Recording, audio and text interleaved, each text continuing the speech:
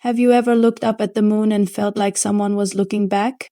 For most of us, it's just a passing thought, a poetic fancy, but for Dr. Aries Thorne, it became an obsession. Aries was an astronomer, a man of science and reason, who spent his nights charting the cosmos from his lonely observatory perched atop Mount Cinder. To him, the moon was a constant, a familiar friend in the vast silent darkness.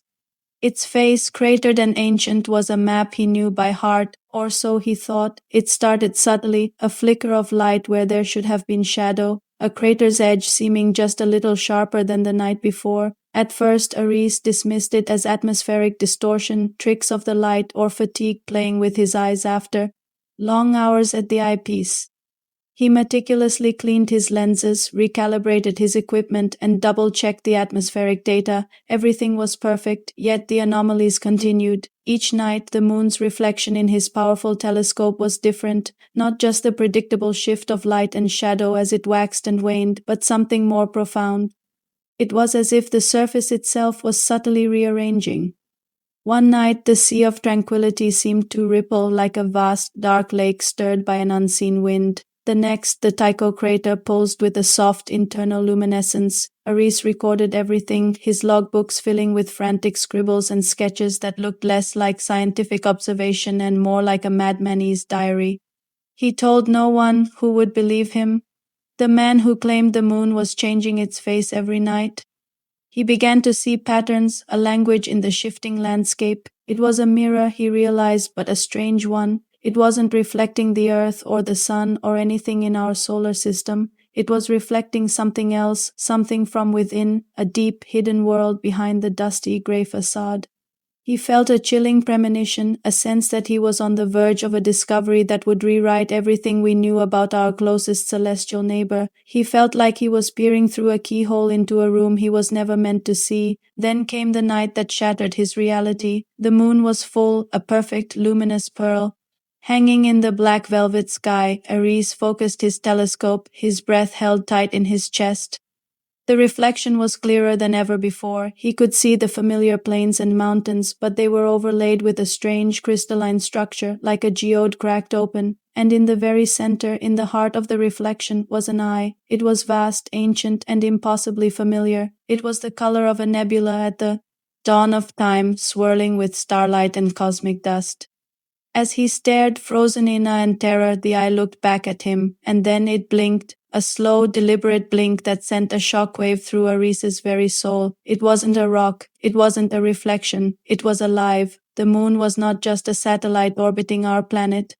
It was an entity, a colossal, living being. The craters were its features, the seas its skin, and for eons it had been watching. But the blink revealed a deeper truth. It wasn't just passive observation. There was an intelligence there, a consciousness that dwarfed human comprehension. The feeling was no longer just that of being watched, but of being seen, of being known. Aries stumbled back from the telescope, his heart hammering against his ribs. He ran a hand through his hair, his mind racing to process the impossible. The moon was alive, and it had just acknowledged him. For the next few weeks, he barely slept. Every night he returned to his post, a mix of fear and an insatiable curiosity driving him forward. The eye was always there now, waiting for him. Sometimes it would just stare, its gaze deep and unreadable.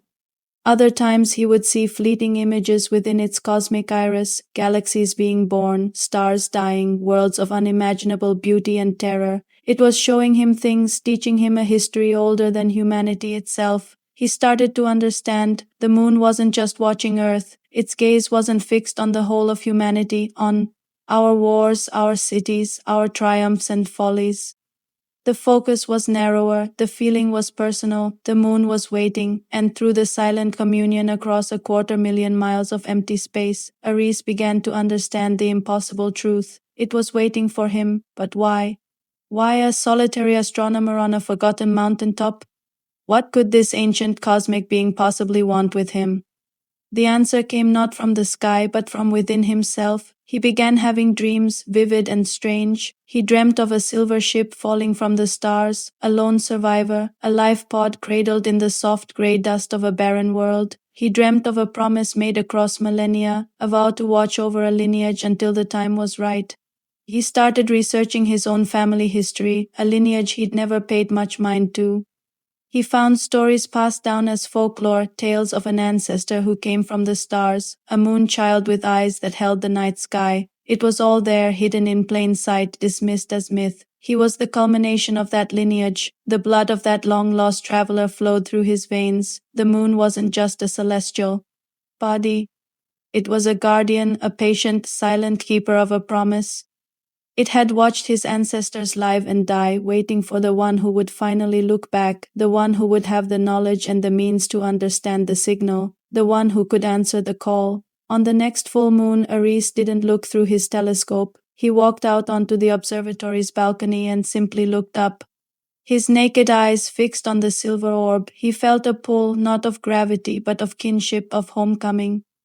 The moon wasn't watching the earth, it was waiting for her child to finally come home, and Aris knew with a certainty that settled deep in his bones that his journey among the stars was only just beginning. The mirror in the moon had shown him his reflection, and it was a reflection of the cosmos itself. What do you think happened next?